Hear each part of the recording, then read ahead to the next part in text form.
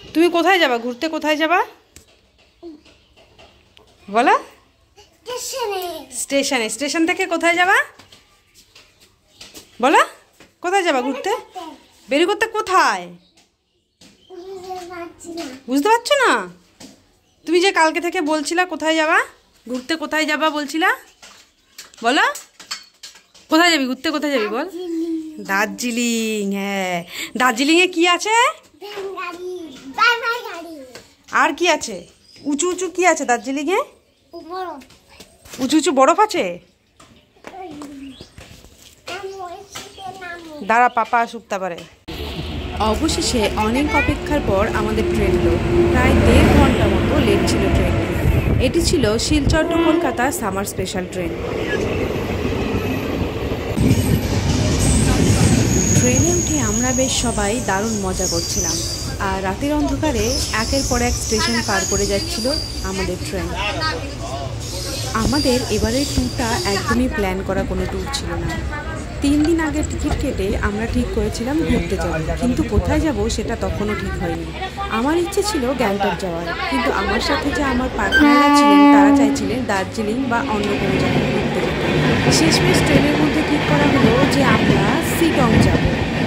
আর আমাদেরই নবদ্বীপের একজন লোকাল গাইডকেও পেয়ে গিয়েছিলাম, যে কারণে আমাদেরকে গাড়ি বা হোটেল নিয়ে কোনো টেনশন নিতে হয়নি।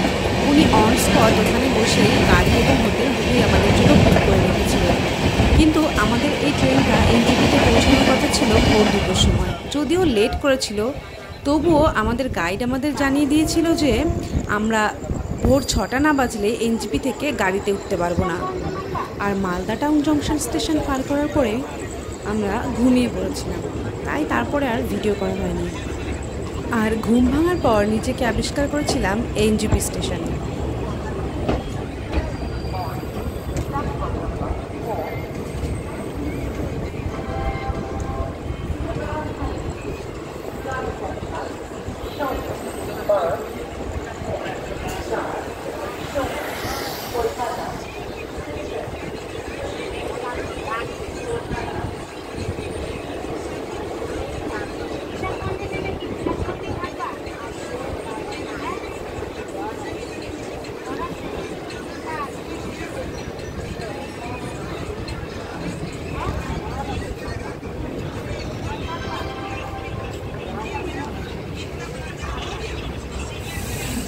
ট্রেনটা আমাদের এনজেপি পৌঁছে দিয়েছিল ভোর 4টে, মানে অনেকটাই লেট করেছিল।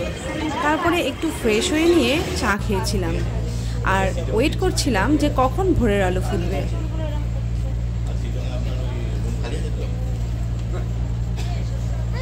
আমাদের 3টে রুম লাগবে।